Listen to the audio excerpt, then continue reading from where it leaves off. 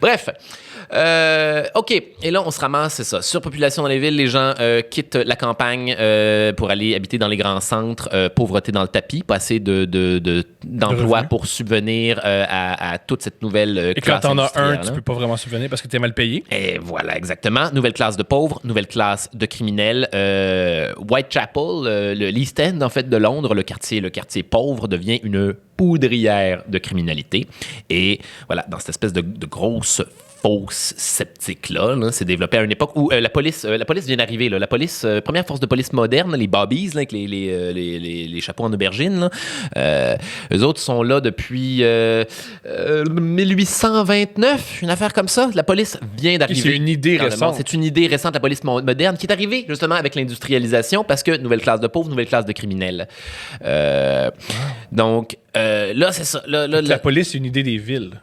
Exactement. Il commençait dans les grandes villes, là, en Allemagne, dans Birmingham et compagnie, là, les premières forces de police modernes. En Irlande aussi, les premières forces de police modernes finissent par arriver. Ah, ils ont mis des policiers en Irlande, l'Angleterre, plus curieux. Oui, mais Tu supposé parce que l'Irlande et l'Angleterre, c'est. ils se détestent, mon Dieu, ça va mal. Mais n'essayez pas de vous conquérir, les amis.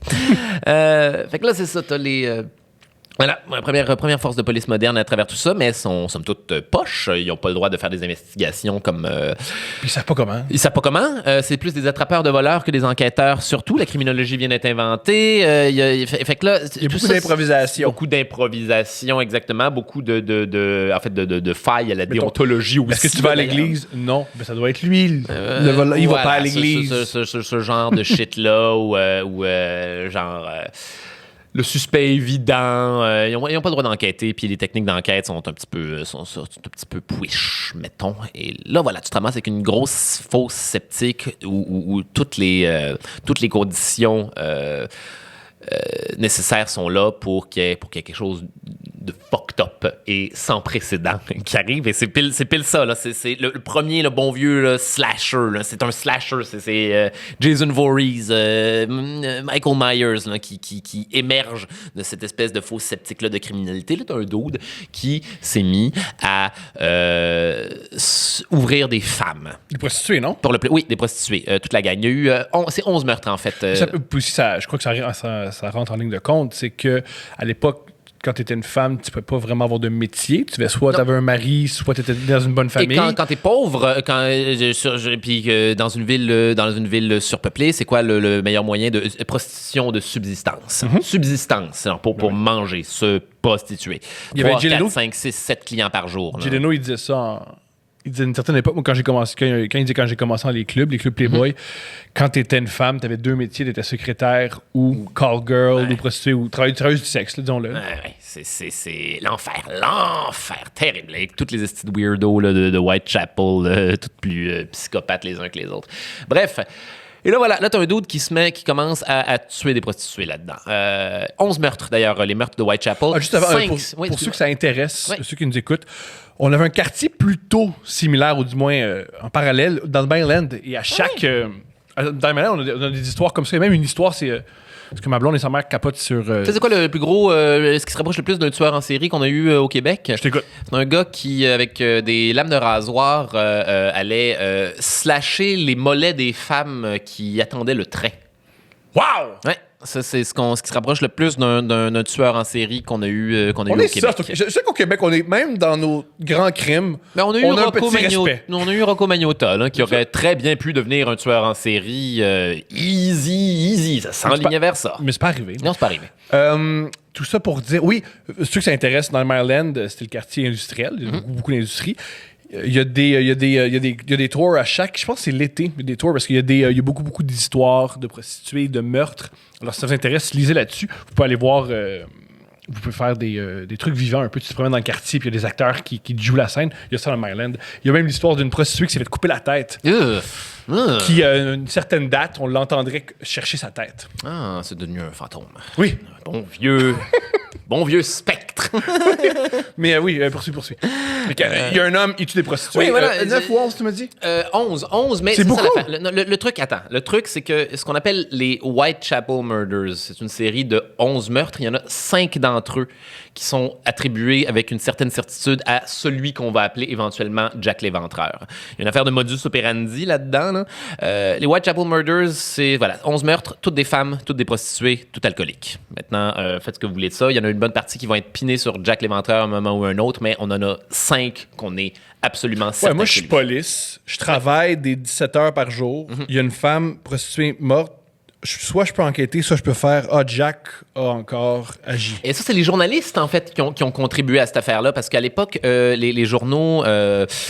ils ont aboli la taxe sur le journalisme. Il y avait une explosion des journaux, des quotidiens à Londres. Ces journaux-là avaient tous besoin de se mettre un headline croustillant sous la dent. Jack l'Éventreur arrive. Première affaire qu'ils vont faire, c'est faire croire à la population et mettre l'hypothèse que tous les meurtres sont commis par un seul et unique dude et créer un personnage avec ça. Et c'est de là que Jack l'Éventreur est né.